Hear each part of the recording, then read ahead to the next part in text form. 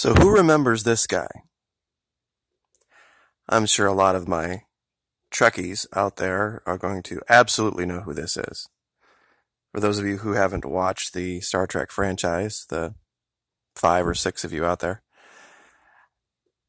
this is Shinzon. Shinzon was a clone of the infamous Captain Picard, but raised in the Romulan Empire by Remans. And without spoiling the entire movie, basically this guy, through a Reman assistant, had the ability to look right into the minds of targets, see and know everything about them as if they were right there. Now, this movie was years ago. I don't even remember what year it was.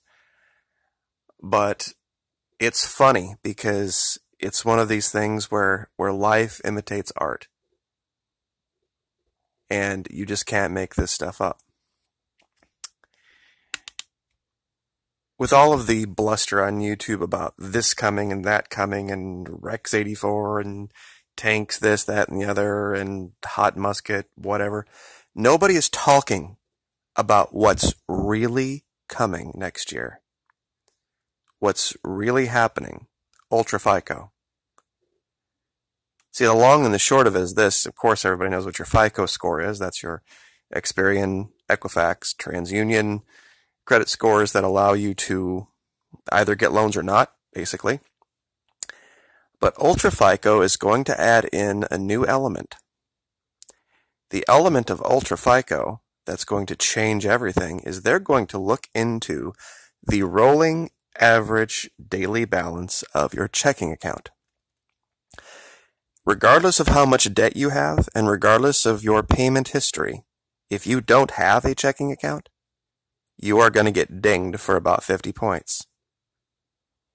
If you have a checking account and you have some overdraws, or you keep a really low amount in your checking account, you're also going to get dinged. See, what they're going to reward is people that keep money in checking accounts and spend said money. That's the key. That's what's changing. So if you can, I think what I've heard, what I've been able to garner from this, if you can keep an average daily balance of $400 and go 90 days without any overdrafts, you can expect to see anywhere from a 25 to 40 point boost, regardless of payment history or regardless of debt. Nobody's talking about this, but it's going to change everything. Now, what does that have to do with Shinzon? Interesting story from Reuters. Let's get up here to the top about ZTE and this Fatherland card that I talked about in the last video. That is the precursor of what's going to be the World ID that's coming. See, the U.S. likes to roll this out and see this is a sign of the dictatorial, authoritarian nature of, the Maduro regime. It's ridiculous. They just want credit for it themselves. But it's funny. Chavez, previous leader, a decade into his self-styled socialist revolution, wanted help to provide ID credentials to the millions of Venezuelans who still lacked basic documentation needed for tasks like voting or opening a banking account. Once in Shenzhen, China, though, the Venezuelans realized a card could do far more than just identify the recipient. You think? ZTE and their vast database, personal finances, medical history, voting activity. Quote, "What we saw in China changed everything," said the member of the Venezuelan delegation, technical advisor Anthony Daquin. His initial amazement, he said, gradually turned to fear that such a system could lead to abuses of privacy by Venezuela's government. They were looking to have, and this is the key word here, you have to pay attention, citizen control. Funny, word that never appears in our Constitution. Citizen. You see, he's worried here that certain people in Venezuela, by the fact that they can prove themselves to be citizens, will have more rights than others. Imagine that. A citizen ID card being used for that purpose. It's blackmail. Hector Navarro, one of the founders of the ruling Socialist Party and a former minister under Chavez, said of the Fatherland Program. Now remember, this is a socialist speaking here. Venezuelans with the cards now have more rights than those without. This is one of the founders of the ruling Socialist Party warning about this.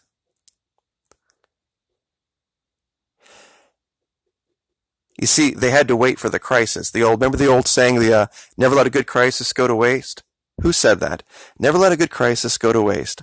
Oh, that's right. You know who that was? That was Rahm Emanuel, recipient of $50,000 from our current leader to further his aims. And you can look that up. I've covered it before. But this is the article, and I'll link it. It's on Reuters, that this is coming. Now, in contrast, I would like to talk to you about the ELN and the FARC. See, these people are not all about that. But of course, you've been taught to believe they're the enemy.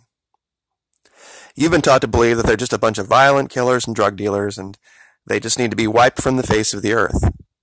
These people that are out there living out in the middle of nowhere, just surviving on their own, subsistence types, fighting for their freedom, of course, you're going to be taught that they're the enemy. And something odd has happened in Colombia. I covered the election there, and it was a close election in the polls, then all of a sudden it wasn't close. And Duque won. And it was like, this was supposed to be something that Duque was going to have to fight for, then all of a sudden he cruises to victory. But now that nobody's paying attention, when they actually go back into the areas where he pretty much won every single vote, his numbers have cratered. In the coffee region, for example, Duque's approval went from 68.5 to 26.1% approval in 1 month, meaning that it was never 68.5%. Along the Pacific coast, which has been submerged in violence, Duque's disapproval rating hit 74.3. So if you want to talk about stolen elections, folks, right here. Right here. Numbers don't crater like that in 30 days. They were never that high. And I was looking at this story about this guy from North Carolina killed in Mexico, and everybody's like, well, that's why we have to have the wall, because the wall, and it's... The Sinaloan, it was a Sinaloan drug dealer that killed a guy. The Sinaloans are in bed with the Colombians. It's just insane to me that we see this garbage about wanting to invade Venezuela, take over Venezuela, put troops in Venezuela. Nobody ever talks about it with Colombia. Nobody ever talks about doing away with the real problem in the hemisphere. Everybody just thinks it's these people. Guys, I'm going to tell you something right now, and it's not going to be popular. Because I know I'm going to be speaking against 25 or 30 or 40 years of indoctrination. But these people and the FARC, these are the good guys. These are the freedom fighters. These are the people that the empire has been demonizing to you. You're just going to have to think of yourself as a citizen of Coruscant. Star Wars reference. Listening to Emperor Palpatine for all these years. Because that's what the case has been regarding these people. They are fighting against big government, they are fighting against globalism, and they are doing everything they can to maintain their freedom, and they are being demonized for it. These are your stormtroopers right here. Colombian Special Forces. These dudes are some of the worst, most corrupt thugs you have ever met in your life. These guys are straight up terrifying, and now that they have the backing of NATO, see, a lot of the reason that you're not finding them in lists of who the members of NATO are, they're an associate member. Because, of course, North Atlantic Treaty Organization, why would a South, American country be a part of that? They are.